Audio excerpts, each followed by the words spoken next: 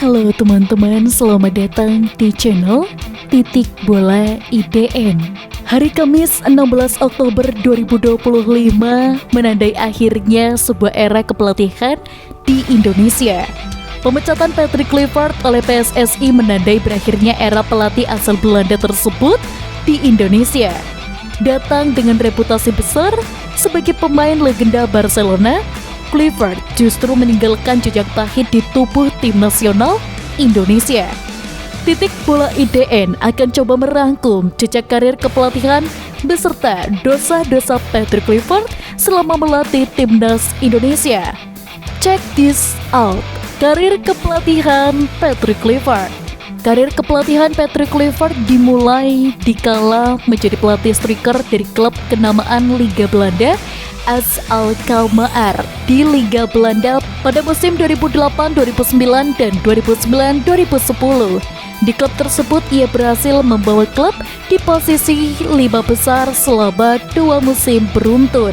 Langkah selanjutnya, pria berdarah Suriname tersebut menapaki jenjang karir kepelatihannya dengan menjadi asisten pelatih Eng Postegol di Brisbane Roar pada Januari hingga Juni 2010. Di klub tersebut, ia membawa klub di posisi 9 klasemen akhir. Tahun 2010-2011, Kluivert kembali ke Belanda untuk menjadi pelatih penyerang NEC Nijmegen, dan di klub tersebut, NEC Nijmegen finish di papan tengah berada di posisi 11 klasemen akhir. Tahun 2011-2012 dan 2012-2013, Kluivert naik jabatan menjadi kepala FC Twente II. Di sana, ia total melatih tim selama 64 pertandingan dan Kluivert berhasil meraih catatan cukup apik di klub tersebut, yakni dengan torehan 25 kali menang, 13 kali kalah dengan 8 laga sisanya berakhir imbang.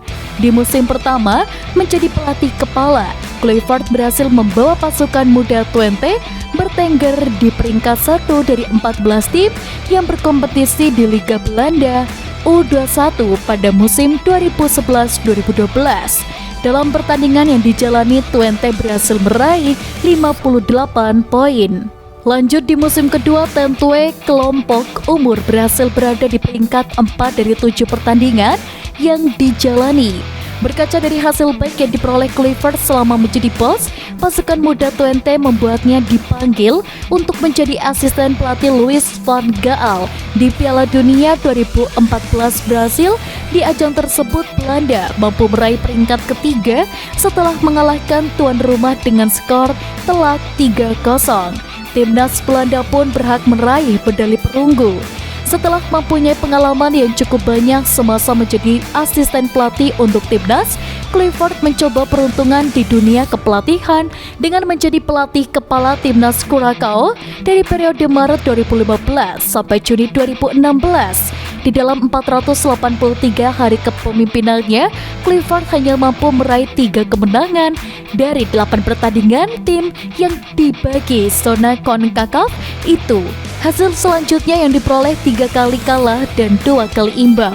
Tahun 2011, Kluivert kembali menjadi pelatih kepala timnas Curaçao dan hanya bisa menghasilkan 1 kemenangan saja di 6 pertandingan. Jejak Kluivert sebagai pelatih kepala timnas Curaçao kurang bagus, di mana timnas Bahrain pernah mencukur habis tim yang berada di dekat dengan negara Venezuela tersebut dengan skor telak 4-0. Di klub, Patrick Kluivert pernah melatih klub asal Turki Adana Demirspor yang diperkuat legenda Manchester United kala itu Louis Nani. Di klub tersebut Kluivert dikontrak 2 tahun, namun apa daya masa baktinya di sana hanya sampai 6 bulan saja karena kontraknya berakhir cepat dan berakhir pada bulan Desember 2023. Catatan Kluivert di klub tersebut juga kurang mengesankan, hanya mampu memperoleh 8 kemenangan, 6 imbang dan 6 kekalahan dari 20 pertandingan. Penyebab Patrick Kluivert dipecat timnas Indonesia. Pertama, gagal total di kualifikasi Piala Dunia. Mimpi besar membawa Indonesia mentas di panggung Piala Dunia 2026 berakhir setelah skuad Garuda tersingkir di fase kualifikasi ronde keempat Piala Dunia. Di bawah Clifford, timnas Indonesia hanya mampu meraih sedikit kemenangan dan tampil tanpa pola permainan yang jelas. Gaya bermainnya yang mengandalkan umpan pendek dan transisi lambat membuat lini depan menjadi tumpul. Padahal hasil ronde sebelumnya sempat membuat publik optimis. Namun gagalnya Clifford menjaga konsistensi performa dan mengatur strategi di laga-laga krusial membuat panggung Garuda menuju Piala Dunia menjadi pupus. Kedua, gagal paham karakter lokal dan taktik Eropa yang tumpul. Gaya melatih pelatih asing yang mengedepankan umpan pendek dan alur transisi yang lambat membuat daya kendor lini timnas Indonesia menjadi kurang gacor. Masalah mendasar yang disorot adalah Patrick Clifford dianggap gagal total dalam memahami karakter fisik dan mental para pemain timnas Indonesia. Clifford bersikeras menerapkan skema permainan Eropa yang kompleks, sedangkan hal itu sangat sulit diterapkan oleh skuad Garuda di tengah sengitnya persaingan yang ada di kualifikasi Piala Dunia. Hasilnya, performa timnas Indonesia seringkali tidak konsisten dan menunjuk grafik naik turun bahkan saat menghadapi lawan yang menurut PSSI seharusnya mampu mereka kalahkan. Ketiga, pemilihan pemain yang kurang tepat. Kesalahan lain yang tidak bisa dilepaskan dari Clifford adalah kebijakan pemilihan pemain yang kerap menuai kritik. Clifford seperti tidak kenal dengan karakter pemain yang ia punya. Contoh nyatanya adalah dengan memainkan Yakob Sayuri sebagai bek kanan dalam skema 4 bek. Selain itu, ia kerap telat atau salah dalam mengambil keputusan pergantian pemain. Alhasil tim pun kesulitan keluar di dalam tekanan. Keempat, tidak menetap di Indonesia. Ada faktor non-teknis yang dapat menentukan kesuksesan pelatih, dan Clifford memilih untuk tidak menetap di Indonesia. Berbeda dengan pelatih timnas sebelumnya, pelatih Belanda ini lebih memilih berada di negaranya sendiri daripada memantau pemain-pemain yang ada di kompetisi Indonesia. Pemecatan Clifford menjadi pelajaran penting bagi PSSI dalam memilih pelatih asing. Dipecatnya Patrick Clifford juga menandai berakhirnya gerbong Belanda yang dibawa PSSI untuk misi meloloskan Indonesia di Piala Dunia 2026.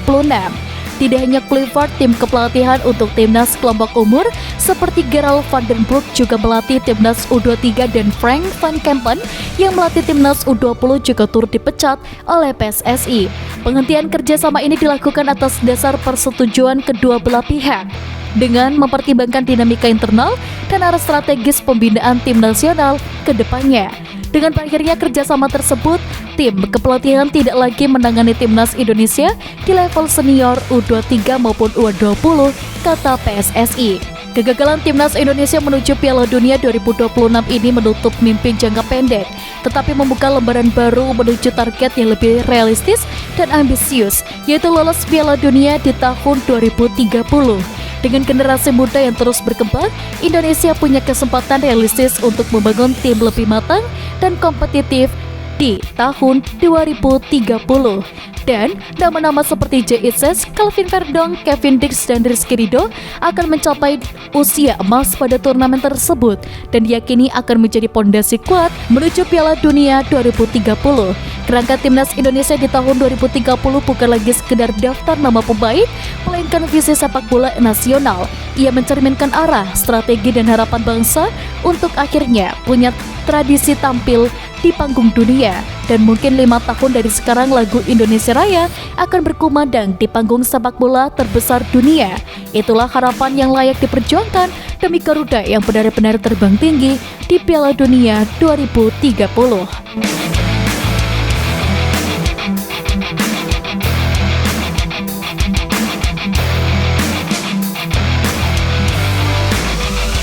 Jangan lupa untuk like, komen, dan juga subscribe. Sampai jumpa.